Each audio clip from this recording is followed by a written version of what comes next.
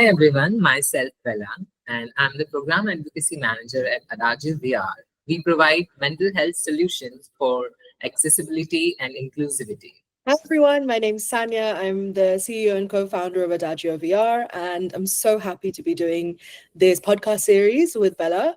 So this is a podcast series we're doing for Pride Month called Queer Work and Queer Worth, Mental Health at the Margins, where we'll be exploring what does it mean to do mental health innovation and the challenges that are experienced by people within the LGBTQIA plus community.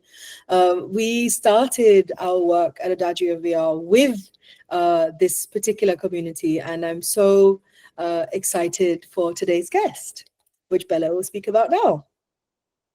So today's episode theme is Leading with Grace, Empowerment, Mental Health and Representation with Rudrani Chhetri.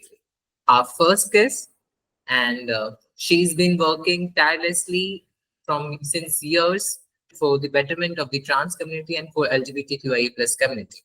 She's the founder member of Mitr Trust, Delhi's first community-based organization, running also a shelter home for transgender persons, and also the founder of BOLD, India's first modeling agency for trans. And she was awarded from NDTV to Changemaker title. And I love her because she's my mom also. Hi, Rudrani. Thank you so much for joining us today for this podcast series. It's Pride Month, so hopefully you having a very busy month and taking some time out for us. So thank you so much for joining. Thank you, Sanya. Thank you so much for having me. Yeah. It's always So, great to connect with you guys. oh, thank you. Okay, so for today's podcast, and what we'd really like to explore with you is sort of an understanding of how the experience of being trans and being part of the queer community intersects with issues and challenges around mental health, what's working, what is needed, and hopefully we'll also have some fun along the way. How does that sound? Yeah, amazing. Awesome. Let's go. Great. Okay, so Rudrani, you've been a fearless voice and a change maker in the trans community. And starting from the beginning, what first inspired you to step into activism and create spaces like Mitr Trust and BOLD and all of the other work that you've been doing to build community? So, starting from Mitra, Mitra was not something when I was very young, child, under 18 or something. So I was always like, I'll get old. Old in the sense of like, I'll be 20s, like, my 25, I'll find a rich guy and I'll get married. Nothing that happened. But yes, on a serious note, Mitra happened for a reason because I was rejected from different places where I went to seek help and support. Growing up as someone who everybody pointed as you are different, and me getting my education, my school education from boys' school, it was quite challenging and difficult, and I struggled a lot. There was a time when I tried, you know, I tried harming myself. I'll not say what I tried, but yes, this happened. And when I was 18, I started looking for help. So imagine those years. That time, even if it was available, I was not having access to it. For example, no Google, no research, no organization where you can go and understand the way you get to see things now. At that time, nothing existed. People really saw transgender person as things have changed quite a lot, but at that time it was totally untouchable and somebody you can mock and do whatever you want. So starting from Mitra, Mitra was not something when I was very young, child, under 18 or something. So I was always like, I'll get old. Old in the sense of like, I'll be 20s, like, my 25, I'll find a rich guy and I'll get married. Nothing that happened. But yes, on a serious note, Mitra happened for a reason because I was rejected from different places where I went to seek help and support. Growing up as someone who everybody pointed as you are different, and me getting my education, my school education from boys school, it was quite challenging and difficult, and I struggled a lot. There was a time when you know I tried harming myself. I mean, I'll not say what I tried, but yes, this happened. And when I was 18, I started looking for help. So imagine those years. I mean, that time, even if it was available, I was not having access to it. For example, no Google, no research, no organization where you can go and understand the way you get to see things. Now I went to this organization who said that they are working for community, and though I was not transition at that time, I was still very effeminate, very feminine, and for those people my femininity was problem. So I understood this by one line which they said to me while, on a second day when I visited and I was leaving. They said, like, if you want to, if I know, we know that you'll come again, but if you'll come again, please try to behave normal. We stopped going there and we started having the small meetings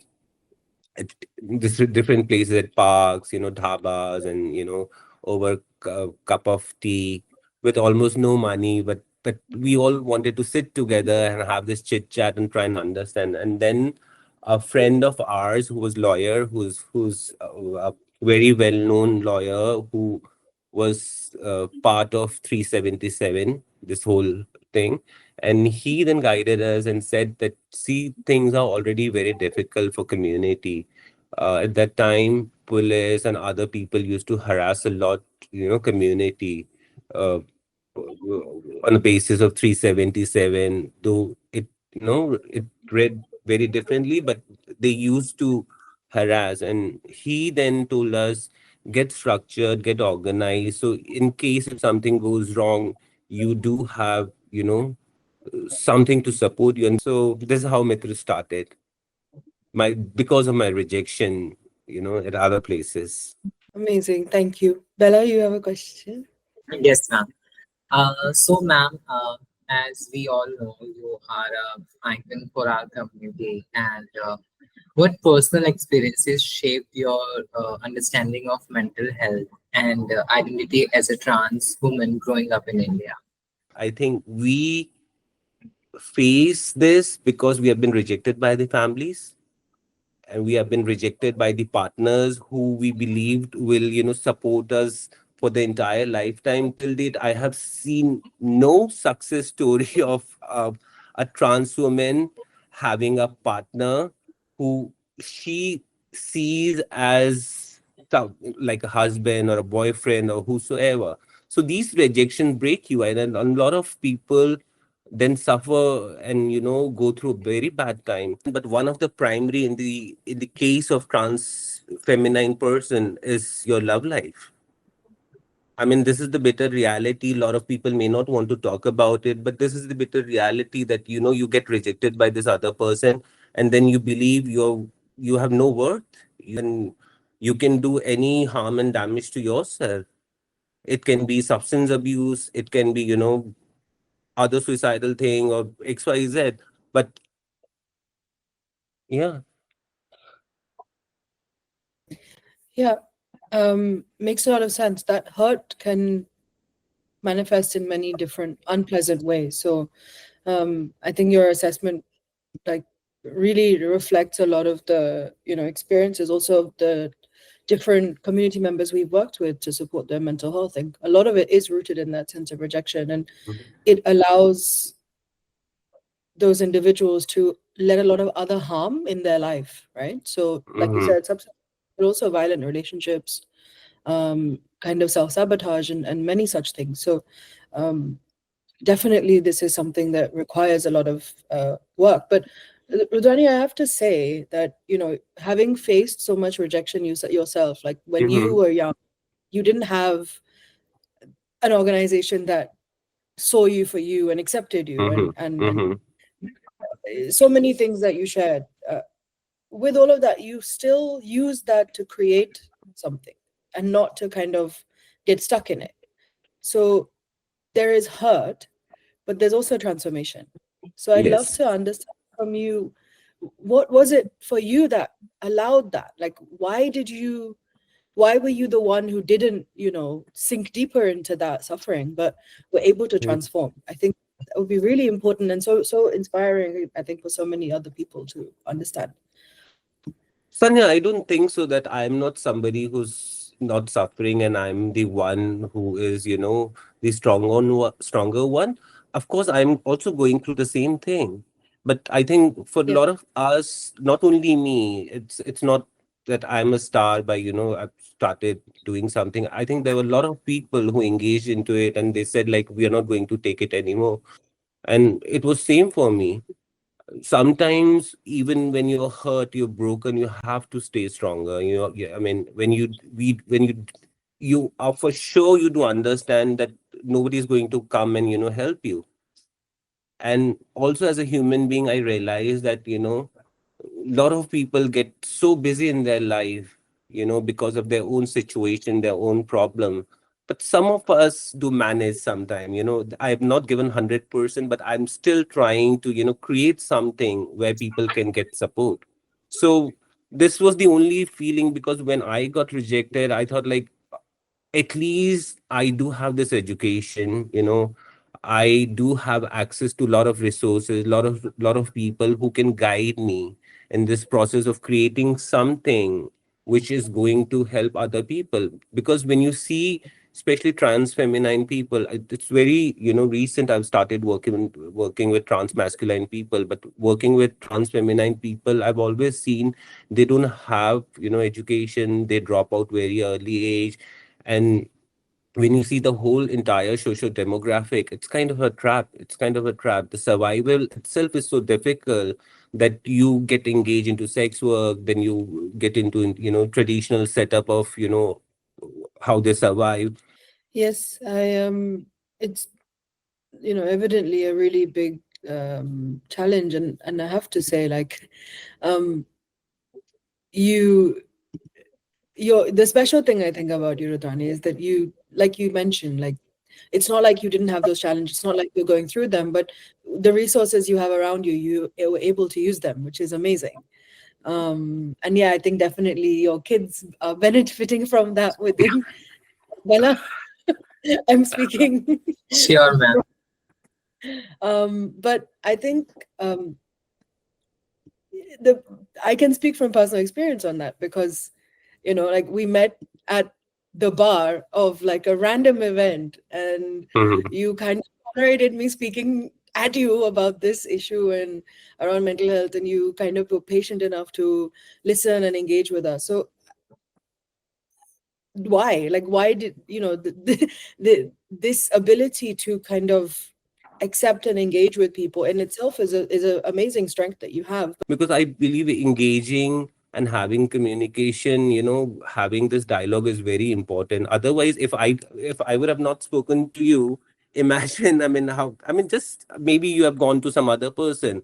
But when we started this conversation, you, Pia, all of you realize that how important it is to also work with community, and we have never spoken, and we have never talked about it.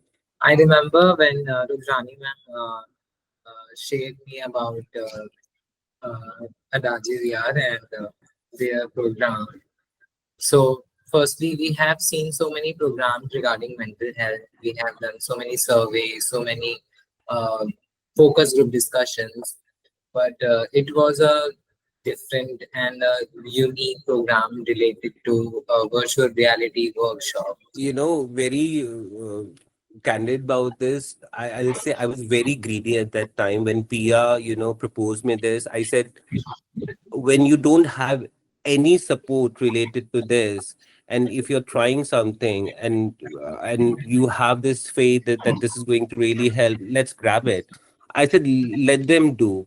I mean, let's try. If this is really going to help, I mean, what's the harm trying? if somebody is approaching and they have done their homework, they have done their research, and they have also do have success stories, then why not? Because already we do have a very limited, support structure where people come and provide support you regarding all this.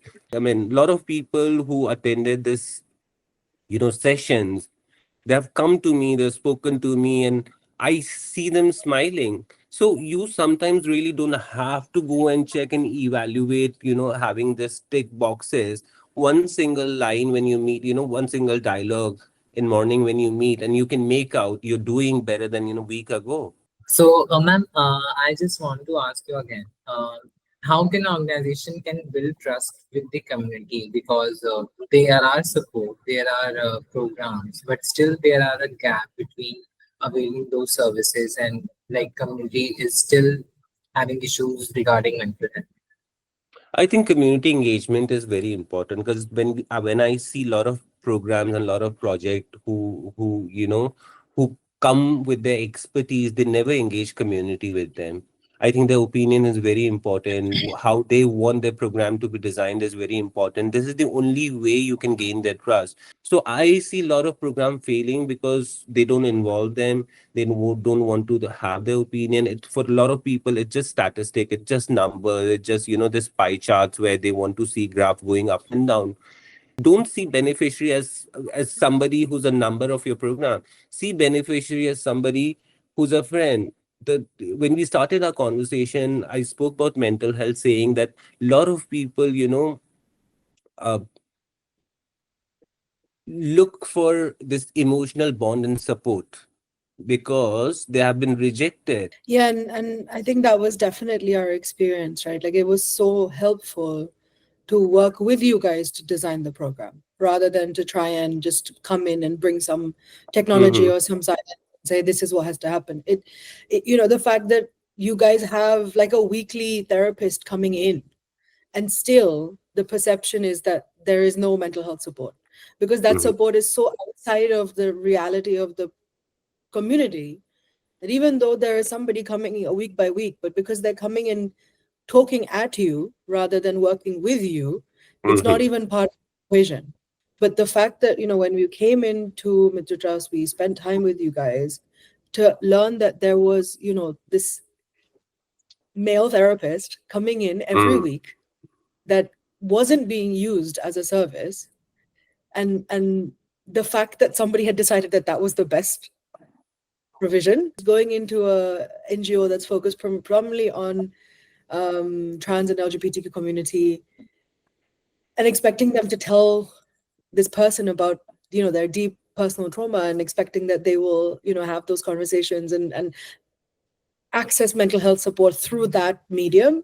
Just it was so surprising that someone had not realized, "Ki, maybe this is not best suited for this setting." We are so confused understanding mental health. We ourselves do not have a proper understanding of mental health.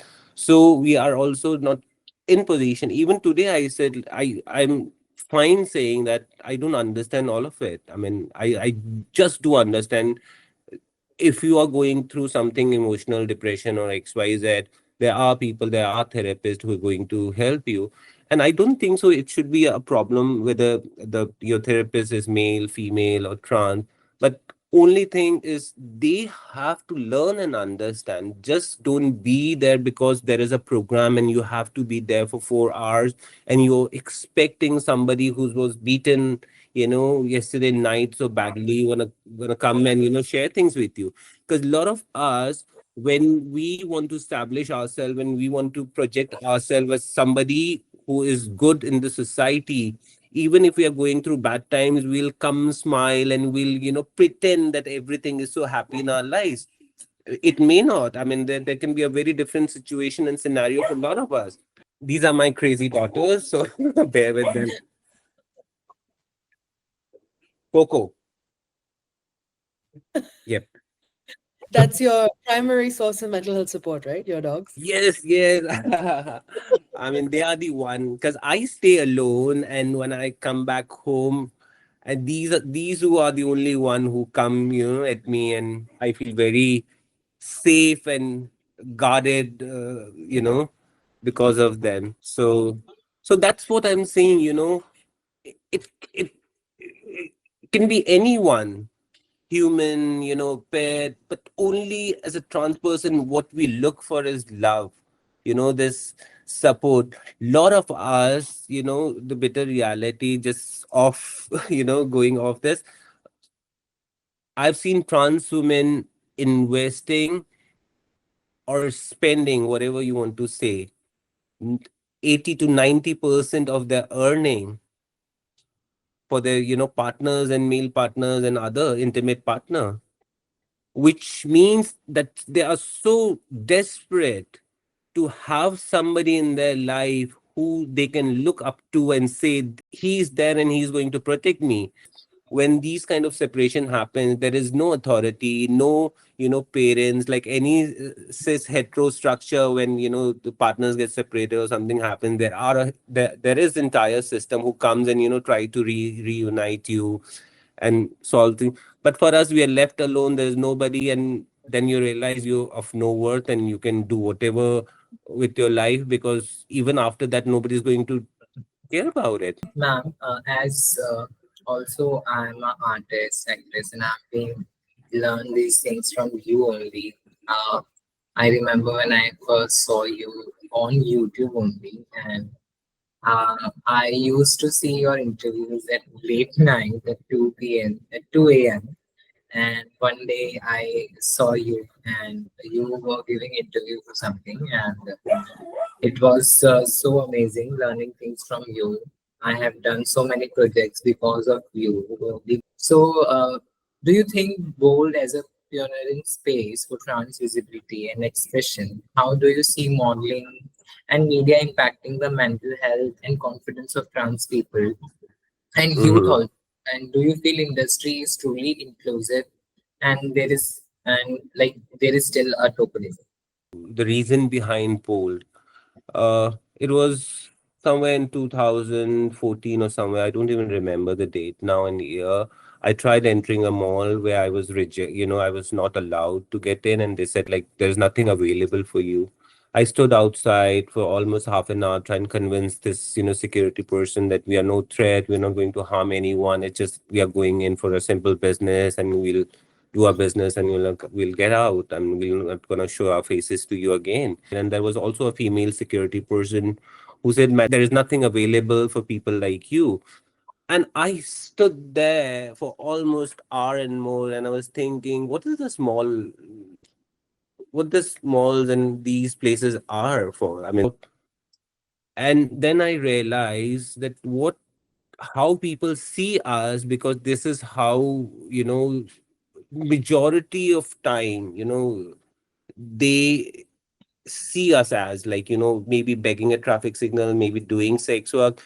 And to top it, our media have done, a fine job by showing us as a caricature, or someone in the movie or film for a 1 second, laugh. So the how community is being represented in the media is one of the major issue, one of the thing I believe is responsible how in general people treat us.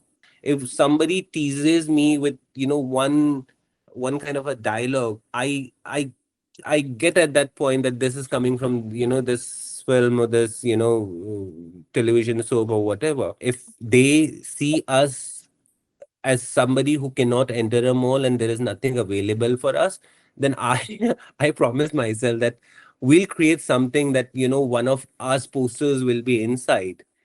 And then I can walk in saying that I'm already in there and you cannot stop me. And this is how everything started. But yes, answer to your question is the entire industry is all about commercial. Bila, we need to understand anybody who's investing, making such kind of things, they're not doing for any social cause. Their ultimate goal is to make money. And if they see if Bela is involved in this, and this is not going to make any money, they're not going to do so. But gradually I get to see some change. I see a lot of people who are working in the film industry, like you have done a fabulous job. there are other people, but it's very few people who do have access and who do have this connectivity, but rest of them not. So I think in future or maybe in coming times we'll try to create something more, something more bigger maybe, or maybe something more, much more easier to connect with people. And I guess that visibility is kind of part of healing that rejection, right? Because you start to see yourself included in the cultural narrative. So that trauma, like, because it's social, it's cultural, it's community based. It's not just about individual interactions. If it's kind of this consistent exclusion, seeing that visibility in the media, and I really like, Rudrani, like the ability to think so far ahead that you have obviously had to do to build this. I really respect that, because this is also healing that pain that is kind of being held across the community. It's amazing. So, ma'am, as I shared, I have learned so many things from you, and I really want people to know something, some feedback from you. What message you want to give to the youth and to the young trans talent? We see a lot of trans people because we are trans and we do have a lot of trans friends, but I think big number of people have not accepted themselves, which is a problem, because it's not the one day thing. It's like 24 into 7, the entire time it goes on your head, but you're not able to express yourself because a lot of different challenges. So I think accepting before thinking this, that whether somebody is going to accept you or not, the first thing you need to do is accept yourself. You'll get money, you'll get love, you'll get blah blah whatever, but first is you yourself. If you're not keeping yourself happy, you're not going to bring any change for yourself and other people. So start from yourself, then think for others. Be selfish. I mean, this may not sound good, but be selfish. Love yourself. Love yourself. I mean, don't expect entire world to love you, but only one thing keep in mind, that if somebody do not love and appreciate you, they also do not have right to reject you and hate you. I see myself as a woman, so I understand a lot of cis women also go through a lot of difficulties, challenges, abuses. So don't keep yourself limited thinking that we are only meant to make society happy, especially males. It's not. I mean, love yourself, accept yourself. Yeah, I think this is the key. And I'd be curious to ask, like you mentioned it as well, that of course you yourself have been through this journey of going through rejection, using that rejection to try and do something for others, and then now hearing you say that, first, that now taking care of yourself. And on the other hand, being visible does come with its blowback, right? Mhm. So being able to manage that also is a big part of using your voice and being at the forefront, and doing the communication that you do so well as well. So for you personally, what has that healing look like? What does that self-care look like? I definitely don't think loving yourself is selfish. I think it's probably how you can then love others also. But what has that been for you? What do you do? Like, how do you take care of yourself? Except, coming and using Adagio VR whenever you want, whenever you have time in your busy. I do a lot of different things. I don't know technically how to say that, but I love my home. I love my terrace garden. I love my dogs. I love my clothes. Whatever I do, I want to ensure that this is going to give me something positive. If I want to stay alone for a week, I'll do so. I don't care. Because if this is going to heal me, talking to myself, understanding, spending time for myself, I'll do so. Life is very busy, life is very complicated, and it's for everyone, not only for the trans women, not only for me and Bella and other people, but life is complicated for everyone. So giving time to yourself is very important, and I've learned that I have to give time to myself. Just as we finish off, we have two quick games to play. But the first one is actually for the both of you. So I will host and Is it like give a you both. rapid fire? Kind of. Not. You're not going to be asked any controversial questions. Don't worry. And this one, the I'll two of you can pass. take the first one. Okay, no pass allowed. But this one's easy. You'll be able to do it. Okay. So I'm going to give you a common phrase or a label that society uses to like stereotype, and that can often feel very rejecting without even meaning to sometimes. ये लोग ऐसे ही होते हैं. Yes. So then what we're going to do is I'm going to ask the two of you to come up with a new version of the same statement that is more true and more representative of reality in the way that we understand with all of the colors of the spectrum. Okay? So first one, boys will be boys. Can't be men enough. Okay, boys will be boys because they cannot be men enough. Okay. Okay, love that. We didn't need to. This was not supposed to be controversial, but it's probably most accurate. Okay, she's too much. She's doing good in her life. Yes. Trans people are confused. Trans people are courageous. Normal family. Oh God. I don't want to be part of it. Real woman. A real woman can be anyone. You don't need vagina to have to be a woman. Okay, amazing. Bella, now you have the challenging questions from Bella. Yes. So our another round is quick pickups. Okay. Picks. So A I pickup line? will What do you mean by queer and pickup? picks. You have to pick one option. Okay. I will Okay. give you two options.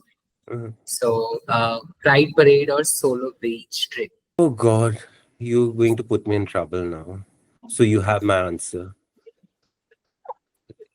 Community is going to hate me, but I think pride. I have really. I mean, though pride is very important, but the current situation, I think it is. Yeah, Leading protest or directing fashion shows. oh, fashion show, of course. I love doing it. Visibility or vulnerability. Of course, visibility. Safe hugs or loud applauses. I'll take both. Am I allowed? I love both of it. But I think hug is it's kind of nice. Yeah. Safe space or spotlight. Mm, spotlight at a safe place. Yeah. Why Very not important. both? Choose. Yeah, why not both? I mean, Bela, please. You should have more options, like 1,000 option. I'll take all the options. Chosen family dinner or queer open mic night. Either chosen family. I'll go for chosen family. Yeah. Healing circles or headline interviews. Healing. Of course, healing. Bold lipstick while speaking or powerful silence with a sharp winged eyeliner. Oh, I'm really bad. I love silence, and it can, make other person go crazy, make another person paranoid about, my silence. Like, why she's not talking? Street pride parade or studio photo shoot. Hmm. I think I'll go for pride, then I'll do my photo shoot. Yeah. So I'm done with my questions. It was lovely playing with you, ma'am. Amazing. Thank you so much, Rudrani, for speaking to us and sharing Mhm. your amazing story as always, and really sharing some very important lessons also. I think what we were hoping, like what Bella and I have been really challenging ourselves this year with Pride is, rather than doing something very big and noisy, that kind of makes a splash but doesn't really go deep. We wanted to really create something this year that helped us really explore this intersection between Mhm. inclusion, diverse identities, and the real lived experience, and that really colors the mental health elements of and really kind of drives what we do at AdagioVR. So I'm so happy that you were able to share, and as always, are like our shining light and icon, definitely. And uh, yeah, really thank you. And if there's anything you want to share last, that would be great. I But think yeah, I'd like to thank every one of you, Adagio, entire team, and thank you for, giving all the love and support you have for us, and, not treating us like just a project and people from the project, but treating us as like, seeing us as family and friends, and, more than so. And I want to wish you best, because what you do, I really believe in it. I think it is very important, and the kind of sincerity you have, and respect you have for your work, and especially for community, I think this is amazing. And I just wish that people see you and learn also from you, that how you can be more inclusive and truly inclusive, but not just tokenism and just for sake of saying that. Because we guys, are connected at all, yeah, across. It's not just Pride Month, and I'm so happy and glad that what you're doing is so impactful and it's so meaningful. And you know, even in a year, if your program stops one suicide or one death, I think that's the best result for me. I mean, nothing more. I'm not looking for big numbers, but what you're doing is amazing. Wishing you all the best. And my dearest friend Pia, who's not here, but of course, when she gets this, all the love from, Mitra and entire team to all of you. Wishing you very best of luck. thank you so much. I think I remember that, like, that event in Leela where you're being awarded, where we first met. We actually didn't have tickets even. We were just, somebody said like, come, who was one of the organizers. Like, what, I think he was not even organizer, like he was just part of the team or something.